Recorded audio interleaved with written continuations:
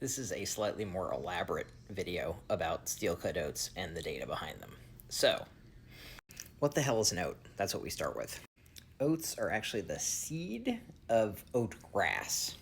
If you want to eat the seeds of oat grass, you have to do something with it because they have an inedible shell and you have to take that off. And that structure, oat grass seed minus shell, is called an oat grot. You can't really eat oat grots unless you cut them up, and they're really tough, so you need giant steel blades, and that's where the term steel-cut oats comes from.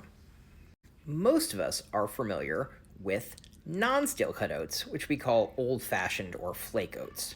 This is what happens when you take oat grots and you kind of crush them and you dehydrate them, which increases their shelf stability.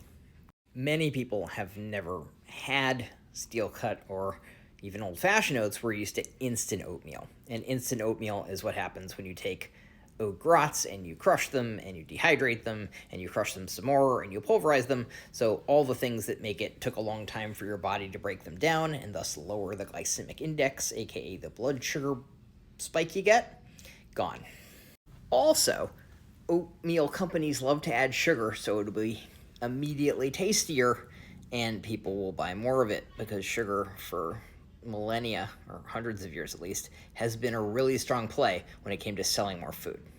Now, this is a bowl of steel-cut oats. I made it this morning for my wife and she was too busy to eat it. Oh no.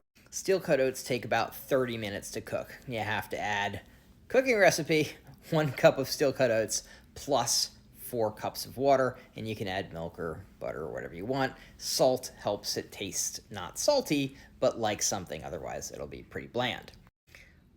What does the data say? And that was my question.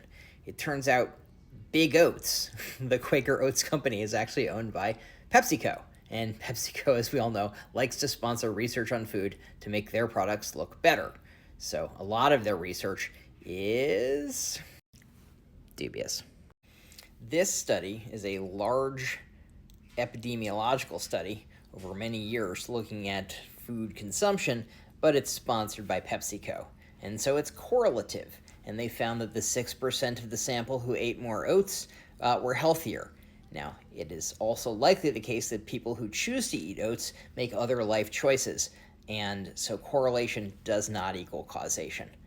Can we see a difference when we look at randomized controlled trials where we're comparing oatmeal to other foodstuffs?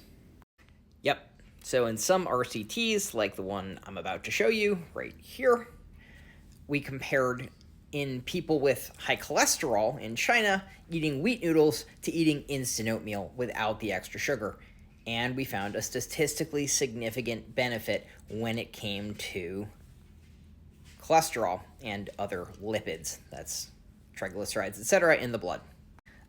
Another study, also in China, replicated the same findings, and they used an oat nutritious meal twice a day, which is a hell of a lot of oatmeal for these individuals. But they found statistically significant differences in low-density lipoproteins in the blood, which are the less healthy form of cholesterol, and in total cholesterol. However, in a large meta-analysis, that's a paper where you take all the papers in the field and you compare them, it was discovered those steel-cut oats, these things here, I added fruit, but still. When you compare steel-cut oats to breakfast cereal generally, and they used rice cereal for that, they found a benefit in blood glucose. So steel-cut oats don't make your blood glucose spike. The same is absolutely not true for our friend instant oatmeal. Instant oatmeal, it's nowhere near as healthy as steel-cut oats. If you're going to have oatmeal, go with the steel-cut oats. It takes about 30 minutes to make them, but for your health, it's worth it. I'm Dr. Owen Muir. I write a daily newsletter called the Frontier Psychiatrists, and today I had breakfast and wrote about it. Thanks so much, and I'll see you around.